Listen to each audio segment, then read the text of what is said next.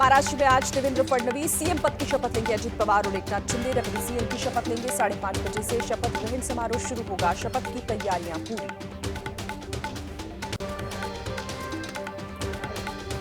महाराष्ट्र में शपथ ग्रहण समारोह में शामिल होने मुंबई पहुंचे कई केंद्रीय मंत्री और एनडीए शासित राज्यों के सीएम और डिप्टी सीएम। शपथ समारोह में फिल्म उद्योग जगत से जुड़ी हुई तमाम बड़ी हस्तियां भी शामिल होंगी। महाराष्ट्र में शपथ से पहले देवेंद्र फडणवीस ने सिद्धिविनायक मंदिर में गणपति बप्पा का आशीर्वाद लिया। मंदिर में की पूजा अर्चना। आज तीसरी बार सीएम पद की शपथ लेंगे देवेंद्र फडणवीस। मुंबई में सिद्धिविनायक और मुंबा देवी मंदिर में दर्शन पूजन के बाद देवेंद्र फडणवीस ने गौ पूजा की। अपने आवास सागर में देवेंद्र ने गाय की पूजा की। झारखंड में हेमंत सोरेन कैबिनेट का विस्तार हुआ। 11 विधायकों ने ली मंत्री पद की शपथ। जेएमएम से 6, कांग्रेस से 4 और आरजेडी से 1 विधायक को बनाया गया मंत्री। मणिपुर हिंसा और अग्निपथ योजना के खिलाफ दिल्ली में एनएसयूआई का प्रदर्शन। दिल्ली के जंतर मंतर से पुलिस ने प्रदर्शन कर रहे कार्यकर्ताओं को खदेड़ा। संसद के घेराव की थी कोशिश। संसद के बाहर कांग्रेस सांसदों का अडानी मुद्दे को लेकर प्रदर्शन में सांसद प्रियंका गांधी भी शामिल हुई। काले रंग के जैकेट पहनकर दर्ज कराया विरोध। संसद पहुंचे राहुल गांधी ने फिर उठाई अडानी की गिरफ्तारी की मांग। कहा, मोदी जी अडानी मामले में नहीं करा सकते जांच। अगर जांच होगी तो बीजेपी पर आएगी आंच। बीजेपी सांसद जगदंबिका पाल ने राहुल गांधी पर हमला बोला। कहा, राहुल को नहीं है संसदीय परंपरा की परवाह। संसद की कार्यवाही छोड़कर सड़क पर करते हैं हंगामा। राहुल को जिताकर पछता रही है जनता। संभल और अडानी मुद्दे पर विपक्ष में दो फाड़। समाजवादी पार्टी और कांग्रेस में मुद्दों पर नहीं बन रही सहमति। एसपी संभल मुद्दे पर दे रही है जोर। कांग्रेस अडानी मुद्दे पर कर रही है फोकस। समाजवादी पार्टी कांग्रेस के बीच मतभेद पर बोले बीजेपी सांसद रवि किशन। कहा, सिर्फ मोदी जी को हराने के लिए साथ आए थे। कभी नहीं मिलेगी राहुल और अखिलेश की विचारधारा। खुद को बड़ा दिखाने की कोशिश में बिखरा गठबंधन।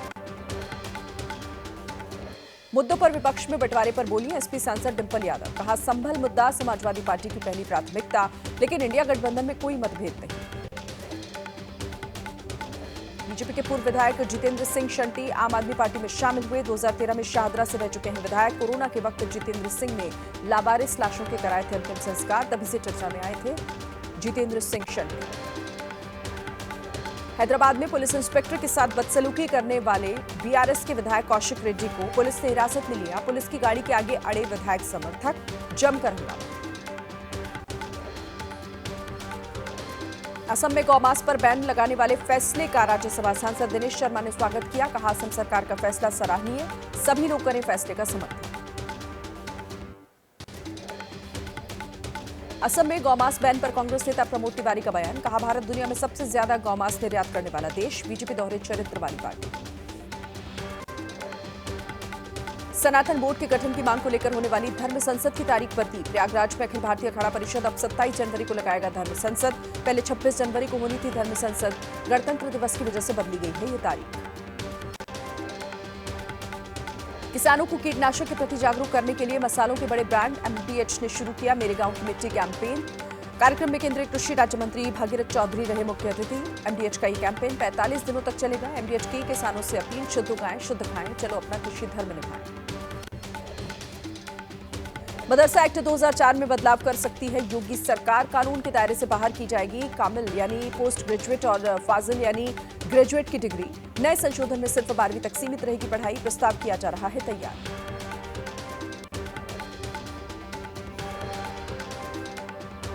सुबह सुबह बजने वाले लाउडस्पीकर्स को लेकर सख्त हुई योगी सरकार। यूपी में कराया जाएगा सुप्रीम कोर्ट के आदेश का पालन। धार्मिक स्थलों के लाउडस्पीकर्स की जांच शुरू। दिल्ली के चिन्मय स्कूल में छात्र की मौत का मामला। दिल्ली सीएम आतिशी ने पीड़ित परिवार से मुलाकात की। परिवार को न्याय दिलाने का आश्वासन दिया। कल स्वर्ण मंदिर में हुए हमले के बाद आज आनंदपुर साहिब पहुंचे सुखबीर सिंह बादल। तनखैया की सजा काट रहे सुखबीर ने गले में तख्ती डालकर दिया पहरा। आनंदपुर साहिब में कड़ी सुरक्षा। गेट पर लगाए गए मेटल डिटेक्टर। गाजियाबाद में धरने पर बैठे किसान। सड़क पर बैठकर सरकार के खिलाफ नारेबाजी। हंगामा बढ़ता देख किसानों को उठाकर ले गई गाजियाबाद पुलिस। नोएडा में धरना दे रहे किसानों को केंद्रीय राज्य मंत्री भागीरथ चौधरी ने बताया भोला किसान। कहा, किसानों को उकसा देते हैं लोग। केंद्र सरकार के दरवाजे हमेशा किसानों के लिए खुले। ग्रेटर नोएडा में यमुना एक्सप्रेसवे पर हिरासत में लिए किसान, प्रशासन ने धरना स्थल को खाली कराया। किसानों ने कहा मुआवजे की मांग को लेकर लड़ाई जारी रहेगी। आंदोलन को लेकर योगी सरकार सख्त। नोएडा में किसान और प्रशासन में हुई बातचीत बेनतीजा रही। किसानों ने कहा मांगे नहीं माने जाने तक जारी रहेगा धरना। 6 दिसंबर को दिल्ली कूच का ऐलान किया। किसान नेताओं की गिरफ्तारी के खिलाफ नोएडा में महामाया फ्लाईओवर पर किसानों ने विरोध प्रदर्शन किया। जमकर नारेबाजी, रोड जाम करने पहुंचे किसानों को पुलिस ने हिरासत में लिया। किसान नेता सरवन सिंह पढ़ेर का ऐलान, शांतिपूर्वक तरीके से दिल्ली कूच करेंगे किसान। सरकार पर बल इस्तेमाल करने का आरोप लगाया और राष्ट्रपति की बातों पर गौर करने की अपील की। हरियाणा के जींद में किसान संगठनों का दिल्ली कूच देखते हुए पुलिस बल तैनात किया गया। डीएसपी और 14 पुलिस कंपनी मुस्तैद। खनौनी बॉर्डर पर धारा 163 लागू। नरवाना से पंजाब जाने वाले मार्ग को बंद किया गया।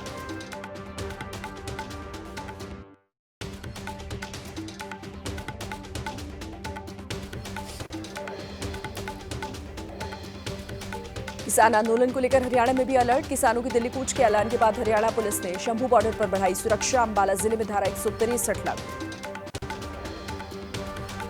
शंभू बॉर्डर पर पुलिस और किसानों की बैठक। दिल्ली कूच को लेकर बॉर्डर पर डीआईजी रेंज पटियाला मनदीप सिंह ने किसानों से शांति बनाए रखने की अपील की।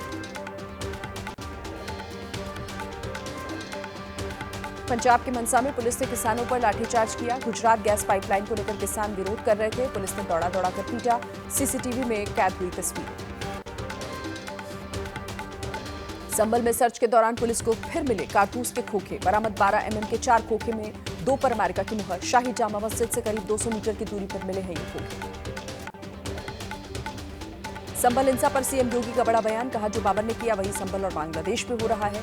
संभल और बांग्लादेश की घटना को बताया एक जैसा। कहा दोनों घटनाओं में शामिल लोगों का डीएनए एक है। हिंदूवादी संगठनों ने कल मथुरा में श्री कृष्ण जन्मभूमि स्थान की तहरीर पूजा का ऐलान किया। श्री कृष्ण जन्म स्थान और शाही ईदगाह मस्जिद के आसपास पुलिस ने बढ़ाई सतर्कता। ड्रोन से रखी जा रही है नजर। पश्चिम बंगाल के मालदा में होटल मालिक संगठन ने लिया फैसला। किसी भी बांग्लादेश नागरिक को प्रशासन की बिना अनुमति के होटल में नहीं मिलेगा रूम। बांग्लादेश में हिंदुओं पर हो रहे अत्याचार का विरोध जताया। बांग्लादेश में हिंदुओं पर अत्याचार के विरोध में मध्य प्रदेश में रैली। बुरहानपुर नगर में हिंदू समाज ने विरोध जताया। रैली में दूल्हा दुल्हन भी शामिल हुए। जयपुर में भी हुआ बांग्लादेश के खिलाफ प्रदर्शन। हिंदू संत चिन्मया दास की गिरफ्तारी का विरोध। सर्व हिंदू समाज से जुड़े लोगों ने प्रदर्शन किया। हिंदू और अल्पसंख्यकों के खिलाफ बांग्लादेश में हो रही घटना का विरोध। उज्जैन में बड़ी संख्या में सड़कों पर उतरे लोग। हिंदुओं पर हो रहे अत्याचार को लेकर की नारेबाजी। मथुरा में भी उठी बांग्लादेश के खिलाफ आवाज। हिंदू और अल्पसंख्यकों पर हो रहे हमलों के विरोध में जताया गुस्सा। यूपी सरकार में मंत्री चौधरी लक्ष्मी नारायण भी धरने में शामिल हुए। उत्तर प्रदेश के मुख्यमंत्री योगी आदित्यनाथ ने राज्य की कानून व्यवस्था को लेकर बैठक की। वरिष्ठ अधिकारियों की हाई लेवल मीटिंग में कहा कि लोगों को भी किसी को भी अराजकता फैलाने की नहीं मिल सकती है छूट। उत्तराखंड के हल्द्वानी में चौराहा चौड़ीकरण अभियान के चलते अतिक्रमण पर चला बुलडोजर। नोटिस के बाद खुद अतिक्रमण न हटाने पर पीडब्ल्यूडी विभाग ने कार्रवाई की। बिहार के सुपौल में विवाद सुलझाने थाने पहुंचे लोगों ने पुलिस के खिलाफ नारेबाजी की। पुलिस के रोकने पर भीड़ ने पुलिस टीम पर पथराव किया। पुलिस ने लोगों पर लाठीचार्ज किया। मौके पर पहुंचे पुलिस के आला अधिकारी जांच पड़ताल में जुटे। बिहार के सुपौल में बकरी चराने के दौरान 21 बच्चों ने खाया जहरीला बीज। सभी की तबीयत बिगड़ी। उल्टी और पेट दर्द की शिकायत पर सभी बच्चों को एडमिट कराया गया। सभी खतरे के बाहर, इलाज जारी। यूपी के सोनभद्र में ट्रेलर में लगी भीषण आग। चालक और हेल्पर ने कूदकर जान बचाई। फायर ब्रिगेड की टीम ने मौके पर पहुंचकर आग पर काबू पाया। शॉर्ट सर्किट से आग लगने की आशंका। यूपी के इटावा में दवाइयों के गोदाम में आग लग गई। 3 मंजिला मकान में बना रखा था दवा गोदाम। आग के बाद तीसरी मंजिल पर पूरा परिवार फंस गया। आग में झुलसे पति पत्नी और 8 साल की बेटी। तमिलनाडु के नीलगिरी में वन विभाग के कर्मचारियों पर हाथी ने अटैक कर दिया। हमले में वन विभाग की गाड़ी पूरी तरह क्षतिग्रस्त हो गई। जंगल एरिया में पेट्रोलिंग कर रही थी वन विभाग की टीम, तभी सामने से आ गया जंगली हाथी। मेरठ के युवक को सऊदी में सुनाई गई मौत की सजा। तस्करी के आरोप में कोर्ट ने सजा सुनाई। केस की पैरवी के लिए एसएसपी मेरठ के पास आया नोटिस। लड़के के परिवार को जानकारी देने के लिए कहा गया। यूपी के आजमगढ़ में पकड़ी गई हथियारों की अवैध फैक्ट्री। कबाड़ी की दुकान से पाइप खरीद कर बनाते थे अवैध हथियार। पुलिस ने 5 लोगों को गिरफ्तार किया। आजमगढ़ में मौके से बड़ी मात्रा में हथियार बरामद किए गए। हथियार बनाने का सामान और उपकरण भी मिले। 5 पूर्ण निर्मित तमंचे, 68 कारतूस जब्त किए गए। गाजीपुर समेत कई जगहों पर होती थी सप्लाई। एमपी के ओरछा में राम विवाह की तैयारियां जोरों शोरों पर। 3 दिन तक ओरछा में मनाया जाता है राम विवाह।